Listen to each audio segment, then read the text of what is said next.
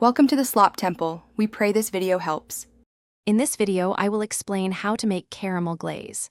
First, gather your ingredients: 1 cup of granulated sugar, 1/4 cup of water, and 1/2 cup of heavy cream. You'll also need 4 tablespoons of unsalted butter and 1 teaspoon of vanilla extract. Ensure you have a heavy-bottomed saucepan and a whisk ready for the process. To begin, combine 1 cup of granulated sugar and 1/4 cup of water in your heavy-bottomed saucepan. Heat this mixture over medium-high heat.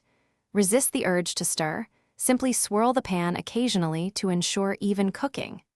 Continue cooking until the syrup transforms into a beautiful, deep amber color, which indicates perfect caramelization. Once your caramel reaches that rich amber hue, carefully and slowly pour in the 1/2 cup of warm heavy cream. Be cautious, as the mixture will bubble vigorously. Whisk continuously until smooth. Next, add the 4 tablespoons of unsalted butter, whisking until it's completely melted and incorporated. Finally, stir in 1 teaspoon of vanilla extract. After incorporating all ingredients, remove the glaze from the heat. Let it cool for about 10 to 15 minutes. As it cools, the glaze will thicken to a perfect consistency for drizzling.